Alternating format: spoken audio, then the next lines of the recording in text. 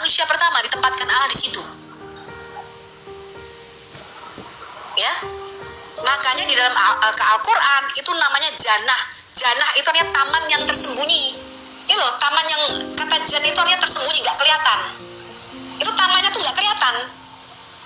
Paham ya? Iya. Itulah taman di sebelah timur di Eden. Tiba-tiba ketika kamu masuk, kamu tuh bisa ke dunia lain gitu. Dan itulah taman di timur di Eden. Ya, kamu bisa ketemu Allah di situ. Bercakap-cakap dengan Allah di situ. Allah itu kalau turun di portal dalam dimensi materi itu nggak kemana-mana dia. Cuma hanya di taman di sebelah timur di Eden. Itulah gambaran taman di sebelah timur di Eden. Yang kemudian ketika Adam pertama jatuh dalam dosa, dia dikeluarkan dari situ. Dia turun. Dari mana? Dari gunung kudus Allah ini. Dan itu adalah sebuah taman, juga sebuah gunung. Dan di dalam budaya timur dekat purba, tempat tinggalnya para Allah itu digambarkan dengan taman atau gunung. Coba kita lihat Yesaya 2 ayat 3. Coba kita lihat Yesaya 2 ayat 3. Yesaya 2 ayat 3.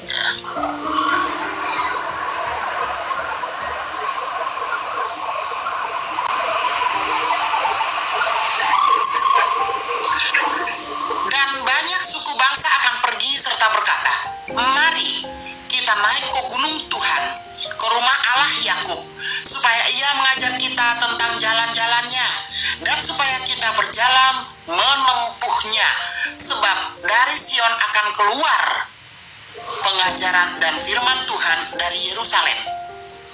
Mari kita naik ke gunung Tuhan, ke rumah Allah Yakub. Kenapa rumah Allah di sebuah gunung di situ? Padahal Allah itu kan bukan fisik, Allah itu kan roh. Roh, iya. Karena ini dia ada makna teologis di situ. Pada zaman Musa ada para nabi menulis kitabnya, termasuk Mika 4 ayat 2. Mika 4 ayat 2 dan Yesaya 2 ayat 3 ini sama. Dan banyak suku bangsa akan pergi serta berkata, ini punya makna teologis. Mari kita naik ke gunung Tuhan, ke rumah Allah Yakub, supaya ia mengajar kita tentang jalan-jalannya, dan supaya kita berjalan menempuhnya, sebab dari Sion akan keluar pengajaran dan firman Tuhan dari Yerusalem. Mazmur 99 ayat 9. Mazmur 99. Mazmur 99 ayat 9. Nanti kita lihat bagaimana Musa menerima 10 perintah Allah di gunung. Tinggikan. Di dalam Alkitab kita ada 2 Allah kita bertempat tinggal, di Gunung Sion dan Gunung Sinai. Ya, Gunung Sinai dan Gunung Sion itu disebut Gunung Kudus Allah. Itulah gambaran Yerusalem baru nanti. Ya, sebuah tempat yang tinggi. Dan tempat yang tinggi itu menggambarkan pertemuan antara kita dengan Allah kita. Selalu di gunung. Selalu di gunung.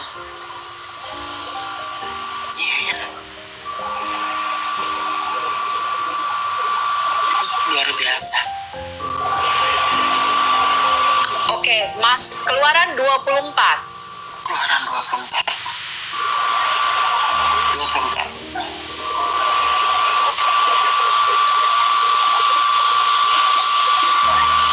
Tuhan mengadakan perjamuan kawin dengan bangsa Israel pada Tuhan mengangkat Israel sebagainya. Maka dikatakan ini, berfirmanlah Tuhan kepada Musa, naiklah menghadap Tuhan engkau Harun, Nadab dan Abihu dan 70 orang tua-tua dari Israel, dan sujudlah menyembah. Hanya Musa sendirilah yang boleh datang mendekat kepada Tuhan di atas gunung. Mereka tidak boleh mendekat. Bangsa itu tidak boleh naik, gak boleh naik ke gunung itu bersama-sama dengan dia.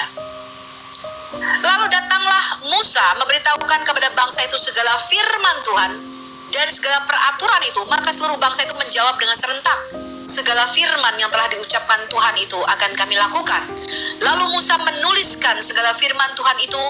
Keesokan harinya pagi-pagi didirikanlah mezbah di kaki gunung itu dengan 12 tugu. Ini bicara gunung Sinai ya, Horeb. Dengan 12 tugu sesuai dengan kedua Israel. Kemudian disuruhnya lah orang-orang muda dari bangsa Israel. Maka mereka mempersembahkan korban bakaran dan menyembelih lembu-lembu jantan sebagai korban keselamatan kepada Tuhan. Sesudah itu Musa mengambil sebagian dari darah itu, lalu ditaruhnya di dalam pasu. Sebagian lagi dari darah itu disiramkannya pada mezbah itu. Diambilnya perjanjian itu. Lalu dengan didengar oleh bangsa itu, dan mereka berkata, firman Tuhan akan kami lakukan dan akan. Kemudian Musa mengambil dan menyiramkannya pada bangsa itu serta, inilah darah perjanjian yang diadakan Tuhan dengan kami. Segala firman ini. Ini perhatikan ini. Naik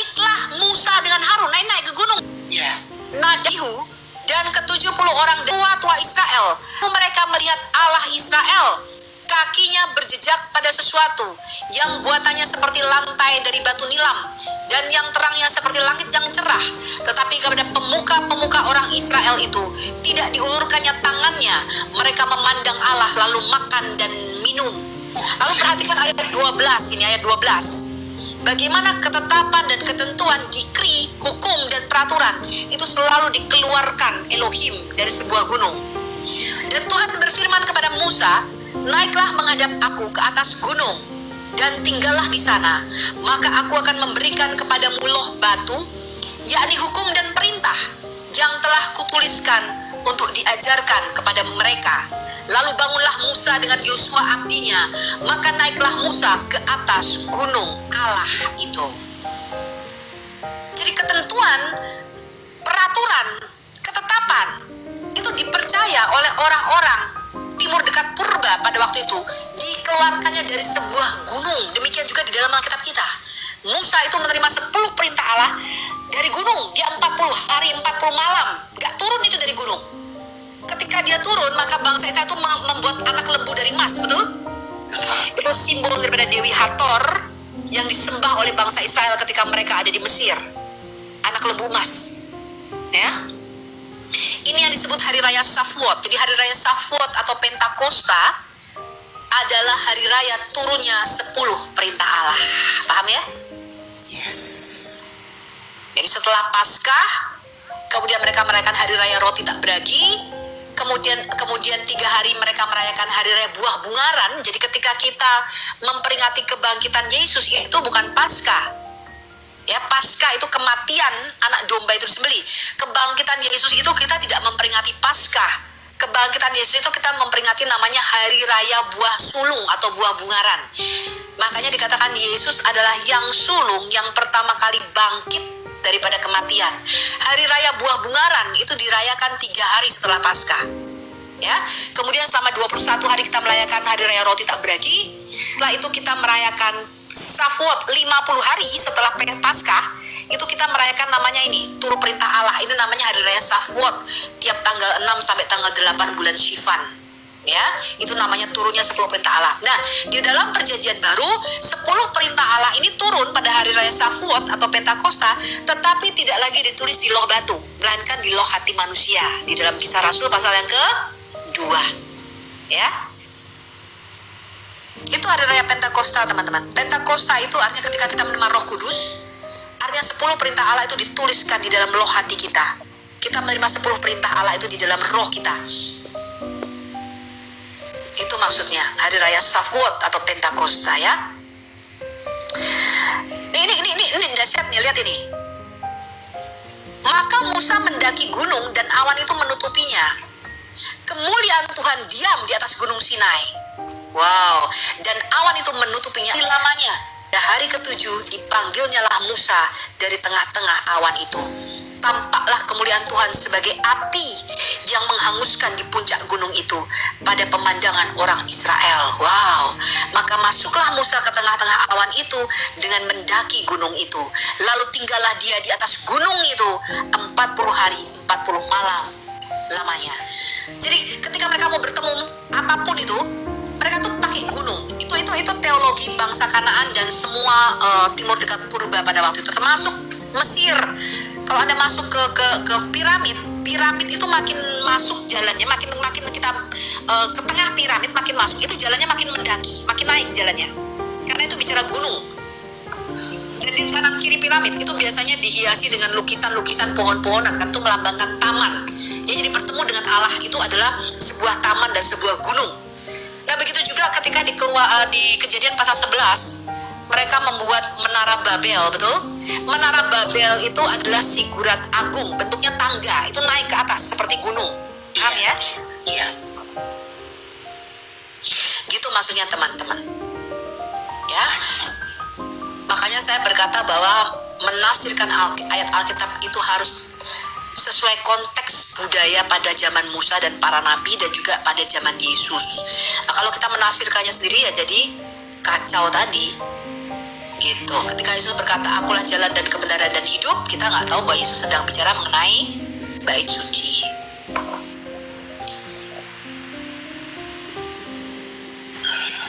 biasa. Ada lagi yang mau bertanya? Bapak Ibu? Semua terlena dengan pengajaran luar biasa ini.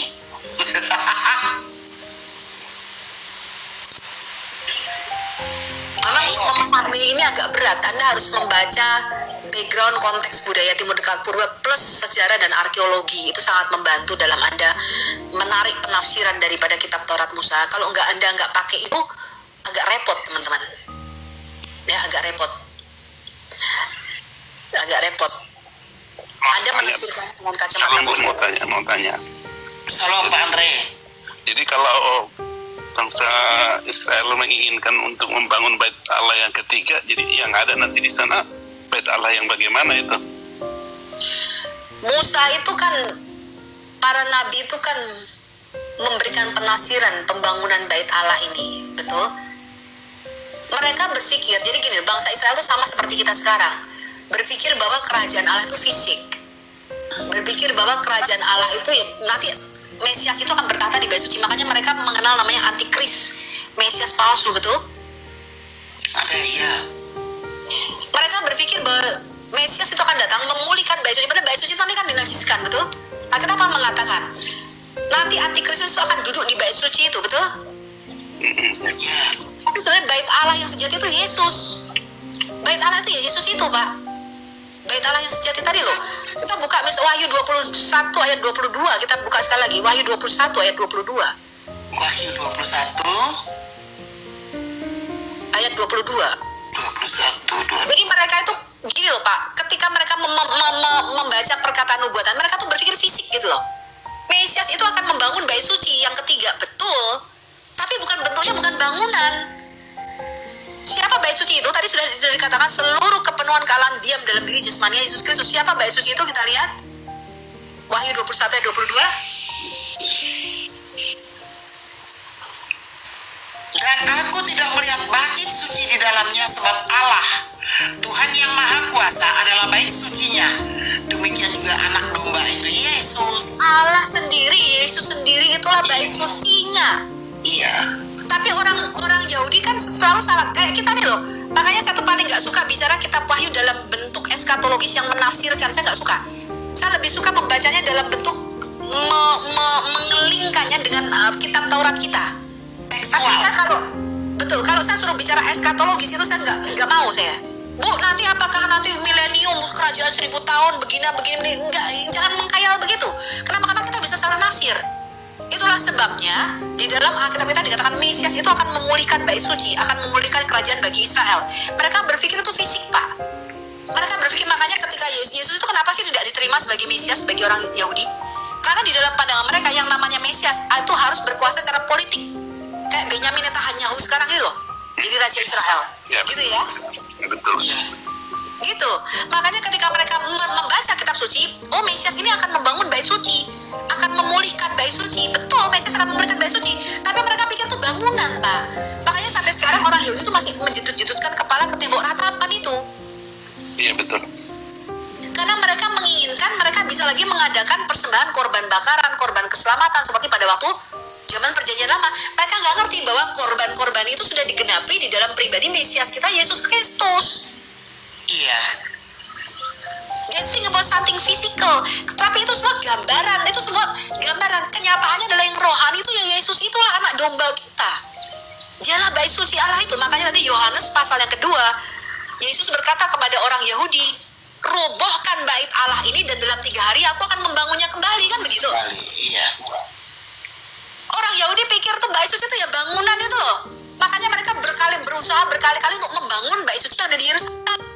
Tapi Yesus berkata apa? Robohkan aku akan bangun 3 hari. Tetapi yang dimaksudkan dengan bait suci adalah apa? Tubuhnya sendiri. Yesus itu. Itu punya makna rohani, Pak, gitu. Cuman kan kita kadang-kadang membaca, makanya Yesus berkata apa? Bagaimana aku bisa berkata-kata padamu tentang hal yang rohani? Kamu nggak ngerti. Kamu nggak ngerti ketika padamu tentang hal yang rohani itu, kamu gitu loh, nggak nangkep maksudnya. Karena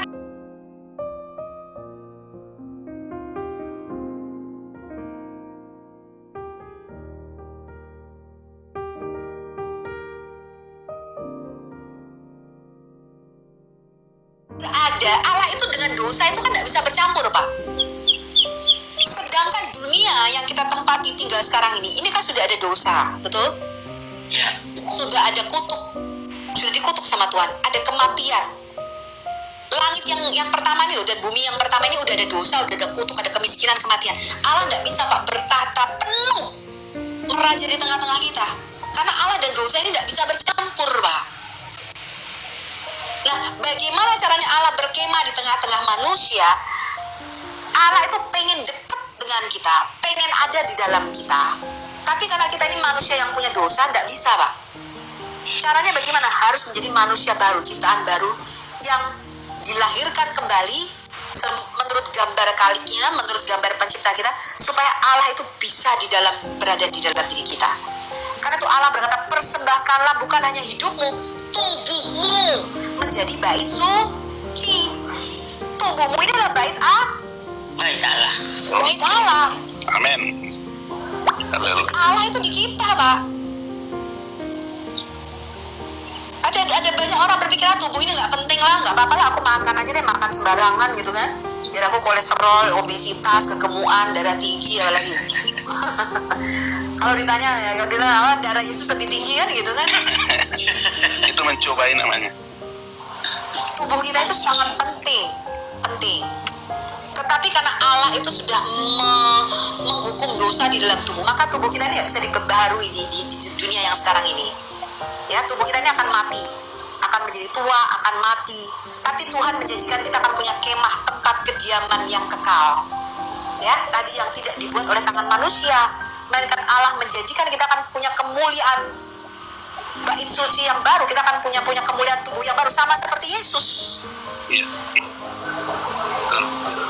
Ya, kita akan diubah serupa dengan gambaran anaknya, supaya Allah itu seperti Yesus.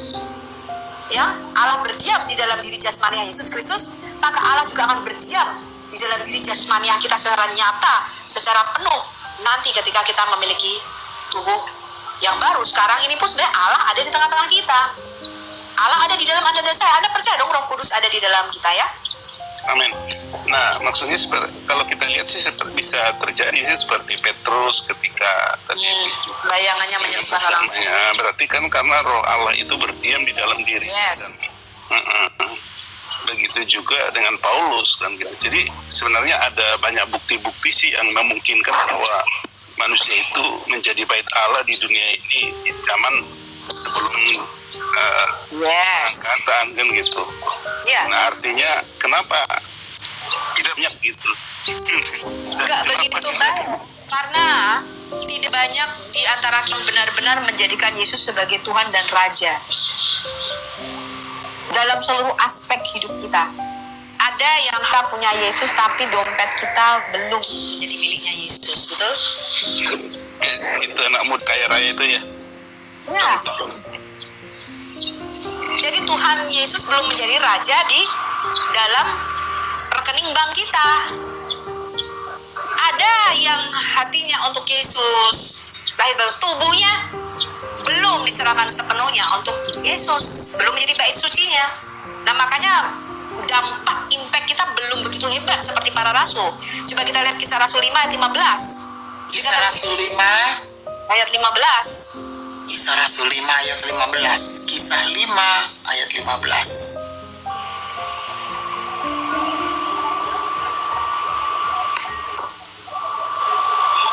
Bahkan mereka membawa orang-orang sakit keluar ke jalan raya dan membaringkannya di atas balai-balai dan tilam, supaya apabila Petrus lewat, setidak-tidaknya bayangannya mengenai salah seorang dari mereka. Oh, dipercaya bayangannya bisa menyembuhkan ya?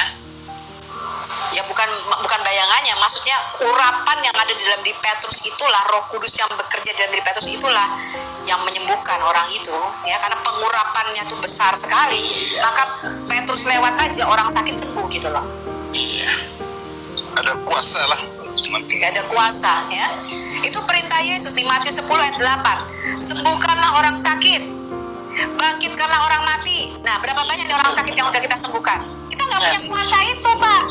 Betul nggak? Ya, orang sakit gua doain malah tambah sakit mati. Menyembuhkan diri sendiri aja kadang masih. Yes. Karena Tuhan belum menjadi Tuhan sepenuhnya. Kita belum mencerahkan hidup kita untuk Tuhan sepenuhnya.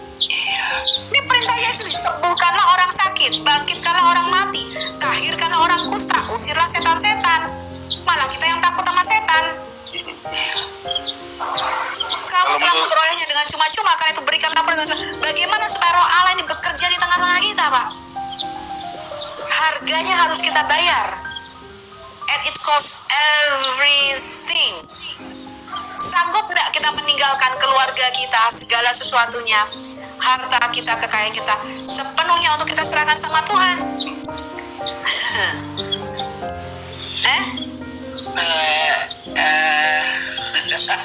Tapi kan kita justru disuruh harus mengasihi Tuhan terlebih dahulu, terus mengasihi sesama, termasuk diantaranya keluarga kita kan. Kalau keluarga kita nggak kita kasihi, juga gimana kita menjadi terang, jadi berkat. Karena ini juga satu pengertian-pengertian yang harus berbaharui gitu. Iya, maksudnya begini loh, ketika dengan percaya Yesus kemudian kita dipisahkan dari keluarga kita, diusir, apakah kita sanggup melakukan bahwa kita membenci keluarga kita? Bukan, ya. Iya. Itu kan harga yang harus kita bayar. Makanya kan ada banyak orang muslim tuh yang kemarin datang ke Komal, dia belum mampu, belum siap tuh maksudnya apa?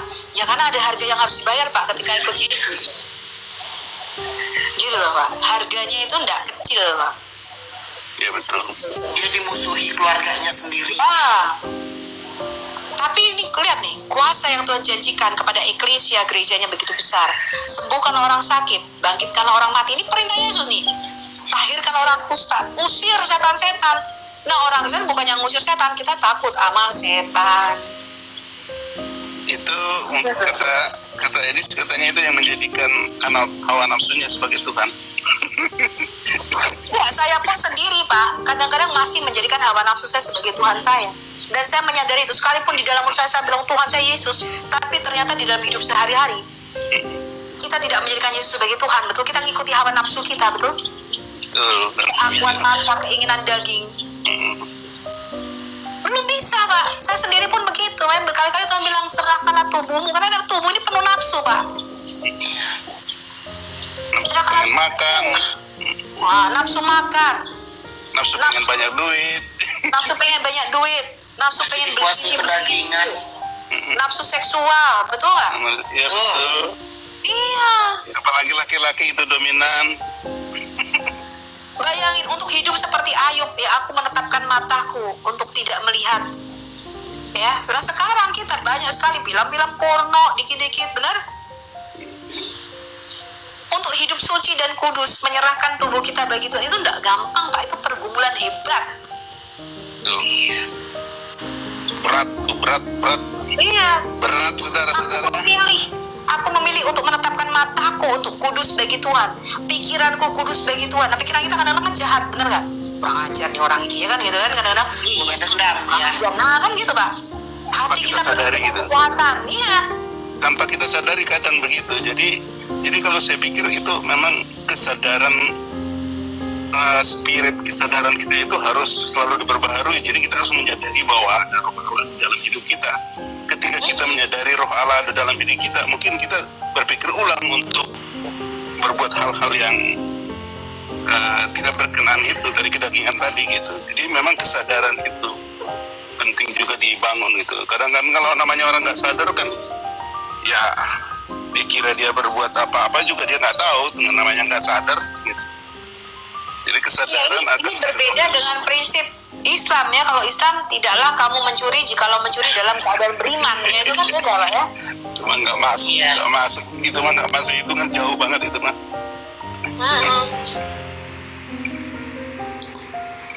Nah, itulah sebabnya banyak kita Kristen tapi tidak terlalu berdampak hebat, ya, karena itu.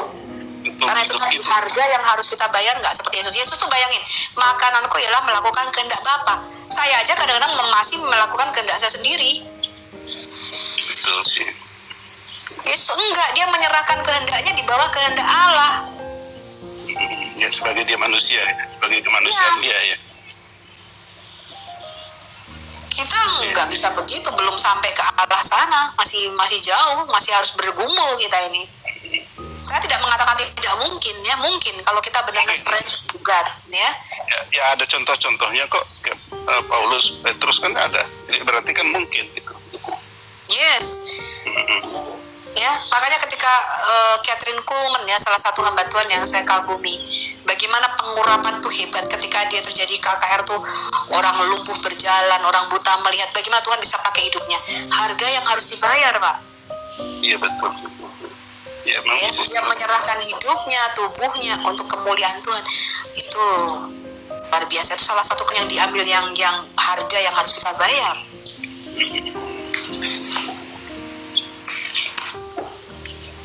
Nggak semua dari kita bisa bayar harganya itu, Pak. Kita masih tergoda oleh keangkuhan hidup, keinginan daging dan keinginan mata. Iya. Tapi puji Tuhan, walaupun kita dengan posisi yang masih seperti ini saat ini, Tuhan tidak pernah meninggalkan kita. Itu luar biasanya. Ya, Tuhan selalu sabar ya kan, Rohnya, Roh Kudusnya selalu ada dalam kita